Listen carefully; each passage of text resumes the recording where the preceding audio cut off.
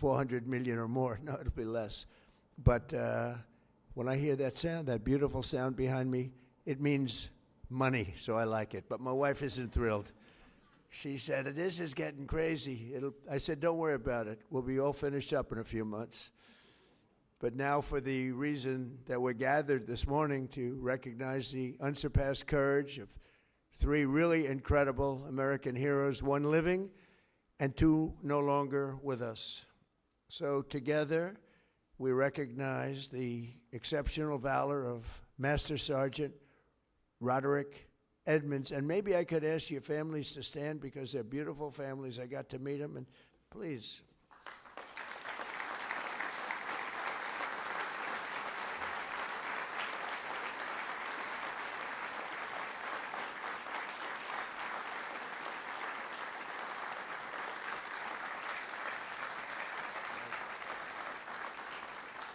So Staff Sergeant Michael Olis and Command Sergeant Major Terry Richardson, as they receive our nation's highest military award, the Congressional Medal of Honor.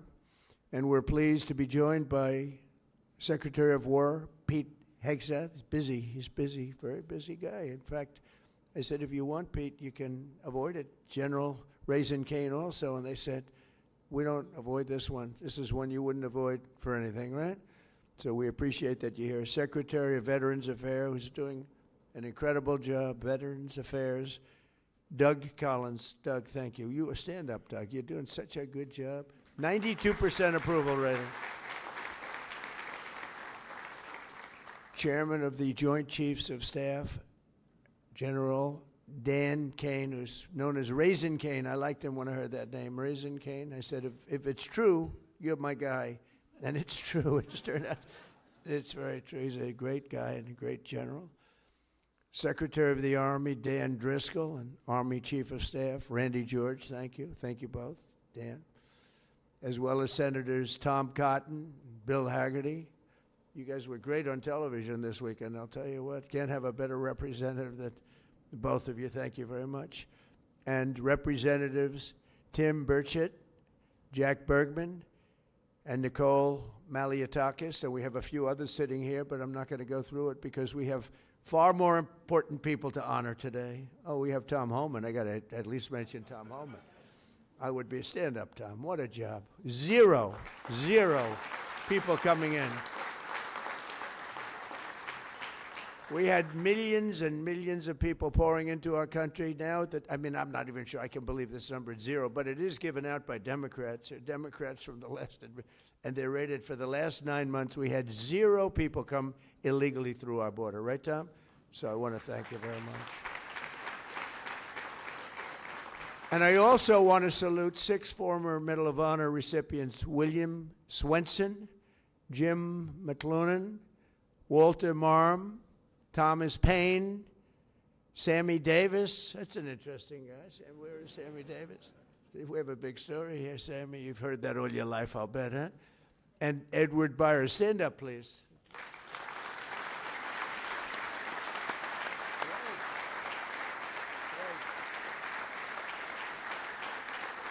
You all look good.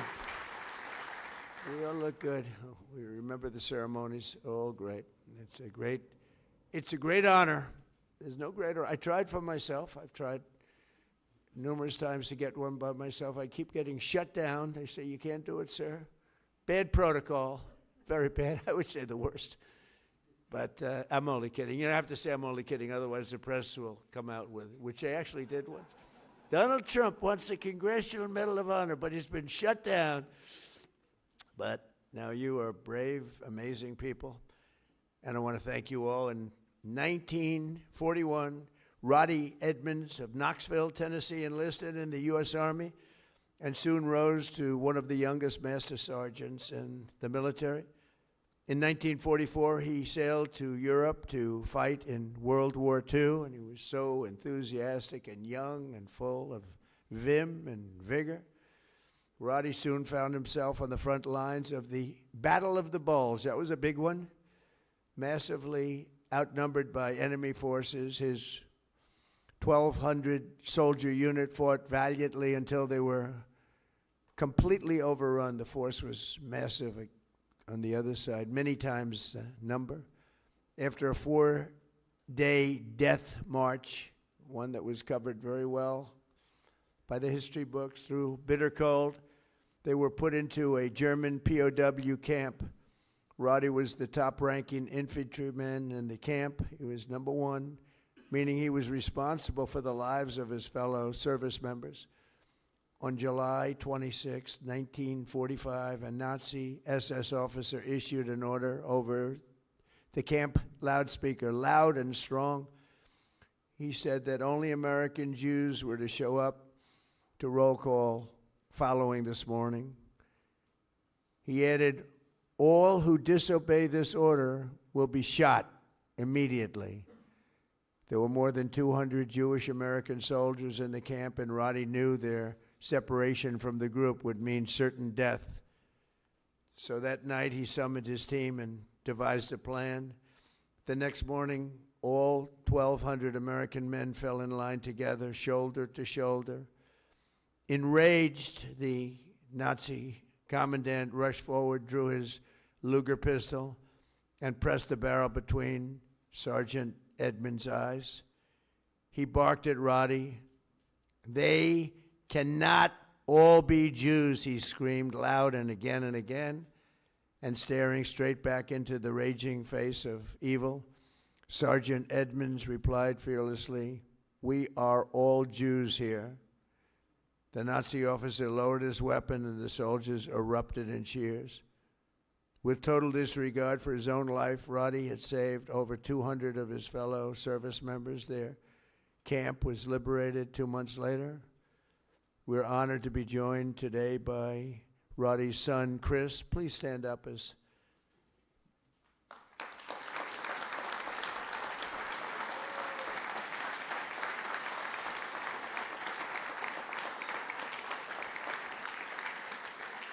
Thank you, Chris.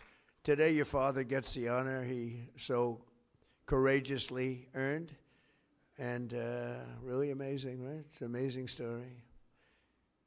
Congratulations to the family of Master Sergeant Roddy Edmonds. The next two we recognize today served in the 1st Battalion, 28th Infantry Regiment of the 1st Infantry Division, better known as Big Red 1. Do you know about that, Pete, right? Command Sergeant Major Terry Richardson, we are honored to have you with us.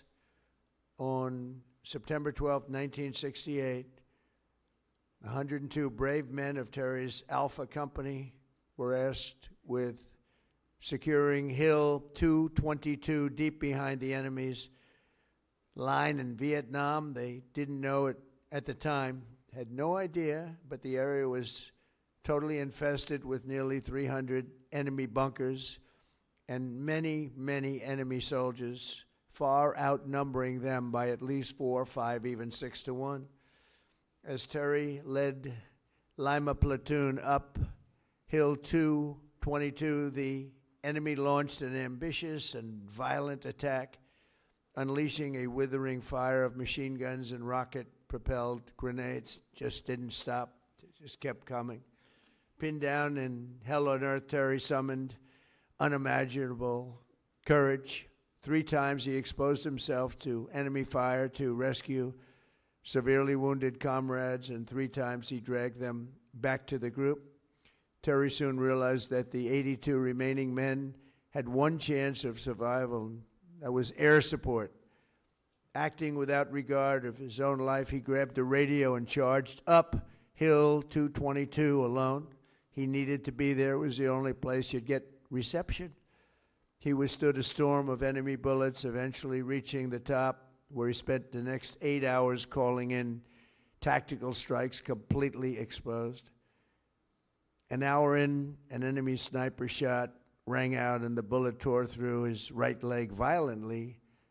He was in bad shape, but Terry disregarded that and pushed through. And after 7 more hours of calling in American fire from above, the enemy retreated. Later that day, his team found him with both eardrums totally ruptured and a mangled right leg and foot. but still barely living, but living nevertheless. Due to Terry's actions above and beyond the call of duty, 82 men, Alpha Company, survived this battle, including 2 in this room, Norm Meyer and Dave Himmer. Where are you? Can you want to stand up, Norm and Dave? Where's Norm and Dave? That's pretty good.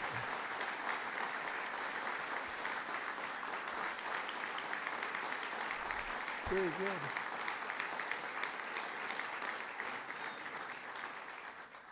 And that story is 100% correct, isn't it? Huh? See, pretty. It's how much have you paid him over the years? Have you said take everything we have? We wouldn't be here, right? That's great. That's a great story, Terry. Today you enter the ranks of the bravest warriors ever to stride the face of the earth. Please stand up, please. Thank you.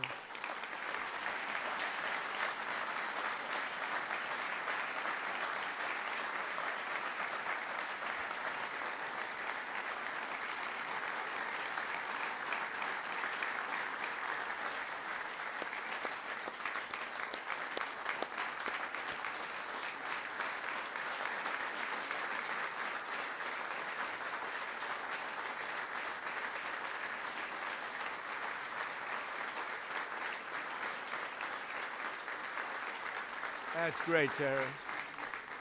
That's a great, brave man. I met him back there. He said, he's central casting. Look at him. He looks great. He looks great. You feel like fighting? I think we could take him today. What do you think, Pete? We'll make a little deal with him, as you are a brave man. Finally, we honor one more American soldier, a fallen warrior of wars, and really terror. Staff Sergeant Michael Olis, born in 1988 on Staten Island. Michael grew up seeing the World Trade Center across the bay. I know Staten Island so well. The people in Staten Island are amazing. After 9/11, Michael enlisted in the Army, and by 24 years old, he was locked in. He loved it. He wanted it so badly. He was a squad leader serving in Afghanistan with the 2nd Battalion, 22nd Infantry Regiment, 1st Brigade Combat Team of the legendary 10th Mountain Division. On August 28, 2013, terrorists detonated a 400-pound car bomb on the east wall of the forward operating base, Ganzi, ripping open a 60-foot wide breach into a compound that housed NATO coalition forces, a lot of them. 10 Taliban fighters wearing suicide vests swarmed through. From across the compound, Michael saw the pillar of white smoke rising and ran to join the fight, rushing without his gear, wearing almost no gear, no Kevlar helmet, no body armor, just one magazine in his rifle. Along the way, he encountered a Polish soldier, and together they advanced under heavy fire, very, very heavy fire.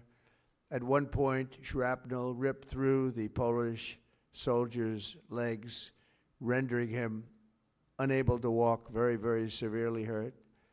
In that chaos of gunfire, explosions, and charred human remains, a terrorist insurgent appeared, rounding a corner with his suicide vest, fully armed, and you could see it. It was going to happen.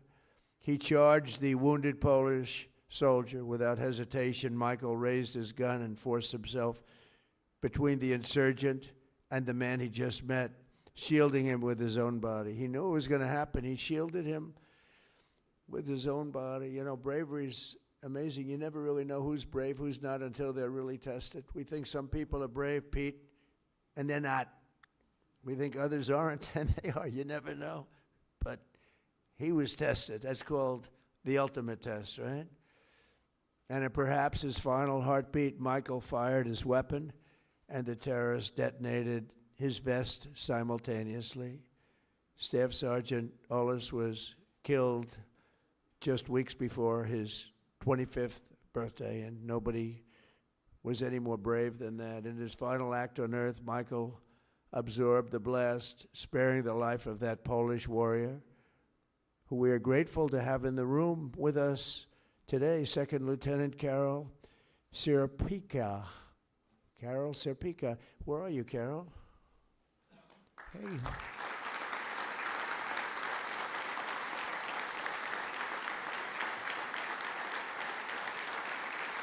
Would you like to come up? Please. Please. I'd love to have you come up. Thank you, Carol.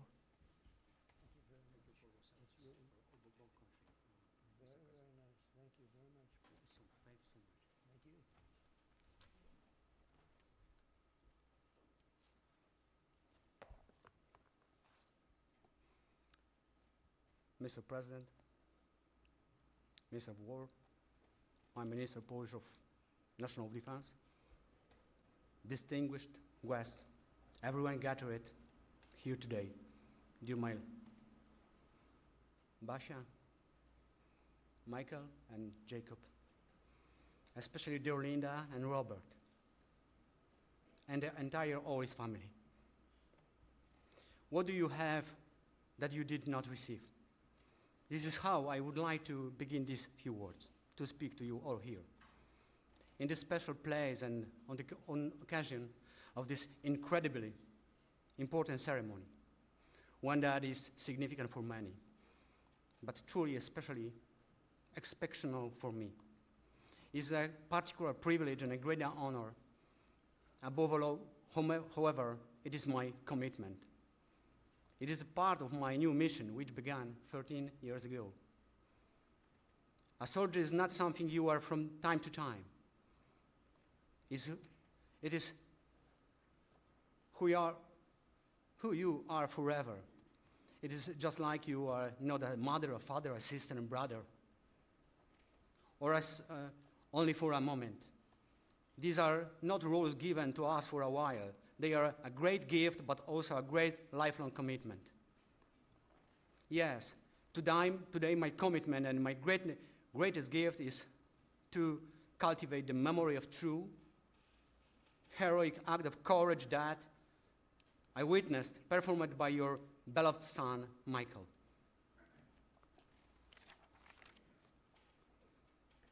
Please forgive me if my words have not fully captured what I truly feel today. However, sometimes words are simply not enough.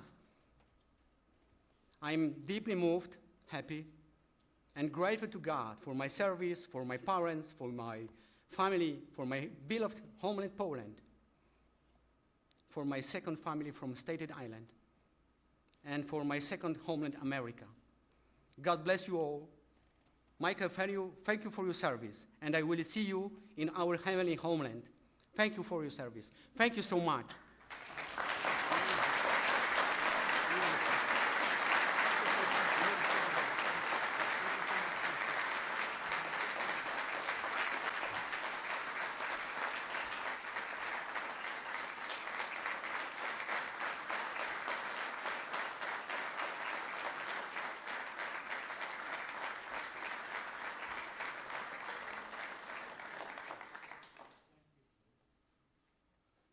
And Carol is joined by his wife and their two wonderful sons, Jacob and Michael. Michael is named after the American hero who saved his father's life. So stand up, Michael. Let me see.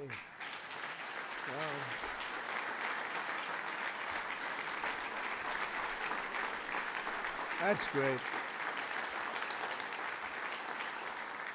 We're also pleased to be joined by several members of the Polish government, including representatives of the president, who I think is a fantastic man, by the way. I must be honest with you. I endorsed him and he won, and he came from behind, he won, and he was the biggest story in Europe, and he's going to be a great president. He already is.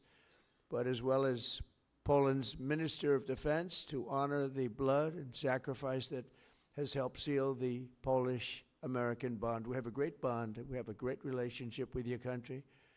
And I just want to thank you to Michael's parents, Bob and Linda. Your son's selflessness in the face of real evil reminds us of the courage that keeps our country free. And I just said the genetics in that family are very strong, right? I said that before.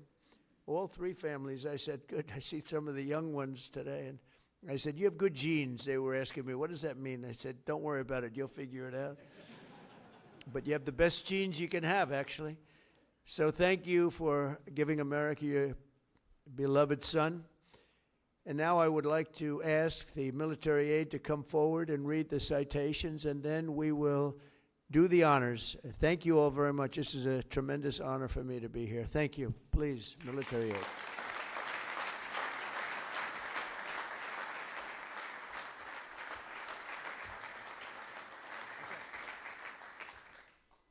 Chris Edmonds, accepting on behalf of his father, Master Sergeant Roderick W. Edmonds.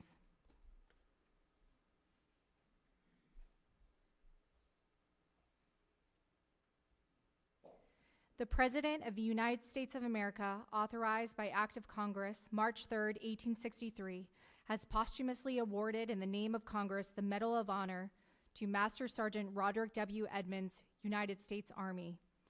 Master Sergeant Roderick W. Edmonds distinguished himself by acts of gallantry above and beyond the call of duty from January 27, 1945 to March 30, 1945 as a prisoner of war in Germany.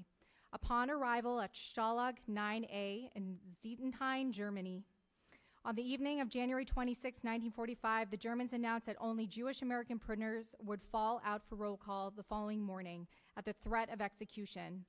Master Sergeant Edmonds directed his senior leaders to have all 1,200 American prisoners present themselves for roll call.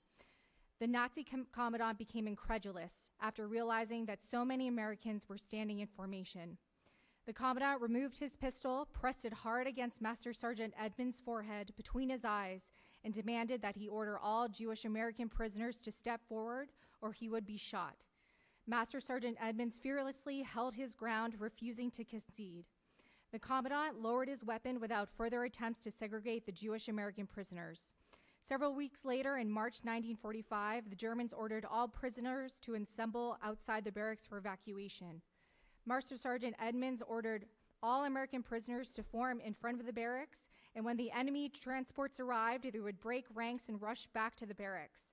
Master Sergeant Edmonds gallantly led these prisoners in a relentless pursuit of opposition and resistance, forcing the Germans to abandon the camp, leaving the 1,200 American prisoners behind. Master Sergeant Edmonds' conspicuous gallantry above and beyond the call of duty are in keeping with the highest traditions of military service and reflect great credit upon himself, his unit, in the United States Army.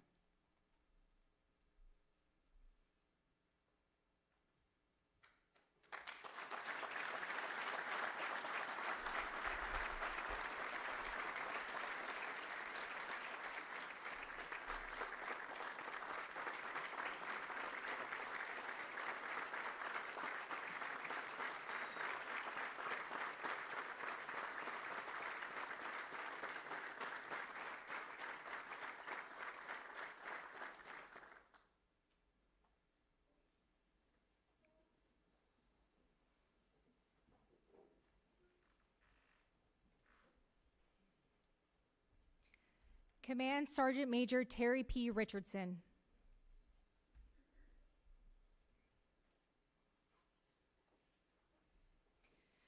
The President of the United States of America, authorized by Act of Congress, March 3, 1863, has awarded in the name of Congress the Medal of Honor to Staff Sergeant Terry P. Richardson, United States Army. Staff Sergeant Terry P. Richardson distinguished himself by acts of gallantry above and beyond the call of duty on September 14, 1968, in the vicinity of Loc Ninh, Republic of Vietnam. On this date, his company was tasked with the mission of securing Hill 222 in hostile and enemy territory near the Cambodian border. Staff Sergeant Richardson directed one of his squads to be the point element leading the way. Shortly after the assault began, 3 of the squad members became severely wounded and pinned down between 3 enemy machine gun bunkers. Staff Sergeant Richardson advanced forward under heavy enemy fire and recovered his wounded soldiers between heavy machine gun fire. By the time he was able to make it back to join his unit, his entire company had been completely surrounded by the enemy. Staff Sergeant Richardson recognized that the only way to keep his company from being overrun was with accurate tactical airstrikes. Staff Sergeant Richardson advanced to the top of Hill 222 under heavy enemy fire for better sight lines to direct the tactical airstrikes. He began to direct the tactical airstrikes and shortly thereafter became wounded by an enemy sniper. Staff Sergeant Richardson continued directing the tactical airstrikes for 7 more hours before the enemy broke contact. 6 soldiers from his platoon found him still alive. Staff Sergeant Richardson declined medical evaluation for his gunshot wound and requested that he be allowed to stay to lead his soldiers. Altogether, his actions directly resulted in 85 lives being spared on that fateful day. Staff Sergeant Richardson's conspicuous gallantry and extraordinary heroism at the risk of his life, above and beyond the call of duty, are in keeping with the highest traditions of military service and reflect great credit upon himself, his unit, and the United States Army.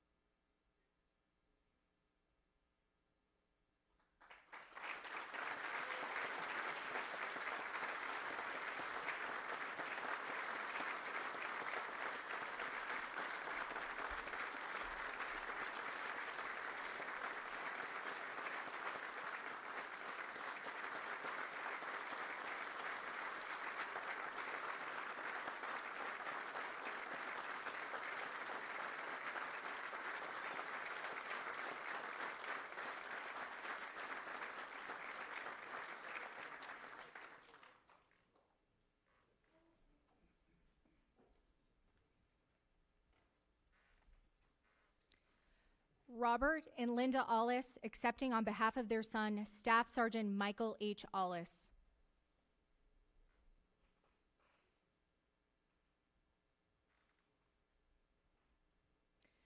The President of the United States of America, authorized by Act of Congress March 3, 1863, has posthumously awarded in the name of Congress the Medal of Honor to Staff Sergeant Michael H. Olis, United States Army. Staff Sergeant Michael H. Olis distinguished himself by acts of gallantry above and beyond the call of duty on 28 August 2013 in Afghanistan. On this date, a complex enemy attack involving multiple vehicle-borne improvised explosive devices, suicide vests, indirect fire, and small arms fire was launched against Forward Operating Base Hanzi. Staff Sergeant Olis ordered his fellow soldiers to move to bunkers to shield themselves from enemy fire. After accounting for his soldiers, he moved toward the enemy force that had penetrated the perimeter of the Forward Operating Base. Staff Sergeant Olis located a coalition forces officer, and together they moved toward the point of attack, armed with only their rifles. Upon reaching the attack point, they linked up with other friendly forces and began a coordinated effort to repulse the enemy. While under continuous fire, Staff Sergeant Olis moved from position to position, engaging the enemy with accurate and effective fire. While fighting along the perimeter, an insurgent came around the corner. Staff Sergeant Olis fired on the insurgent and incapacitated him, but as he approached the downed insurgent, the insurgent's suicide vest detonated and mortally wounded him. Staff Sergeant Olis's exceptional courage and complete disregard for personal safety were in keeping with the highest traditions of military service and reflect great credit upon him, his unit, in the United States Army.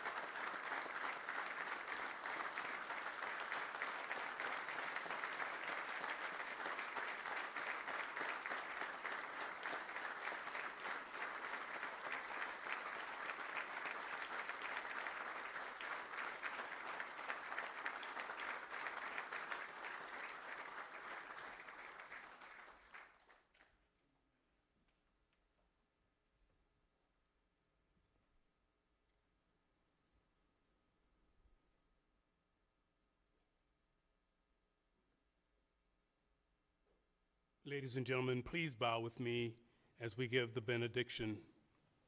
Eternal God, our unfailing light in every darkness, the rock on which we stand, As we depart this place of honor, may the courage of these heroes be our example, righteousness our choice, and hope in you our guiding light. We especially ask for your protection over our military service members who are protecting the interests of our nation at this very moment. And Heavenly Father, grant us the will to do justly, to love mercy, and to walk humbly before you. In your holy name we pray. This we'll defend. Amen.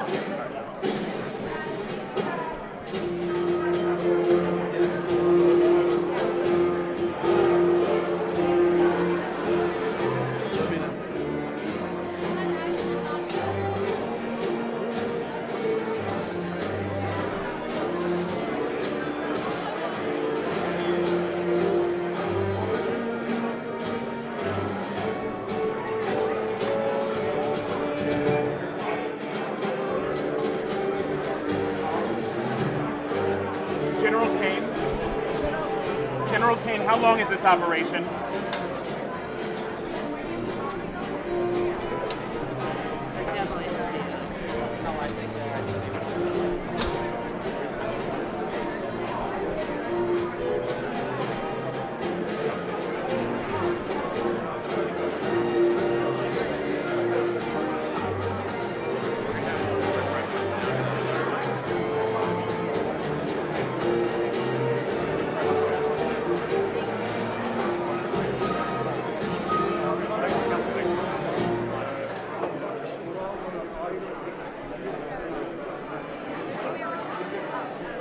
Has the administration intelligence on this operation?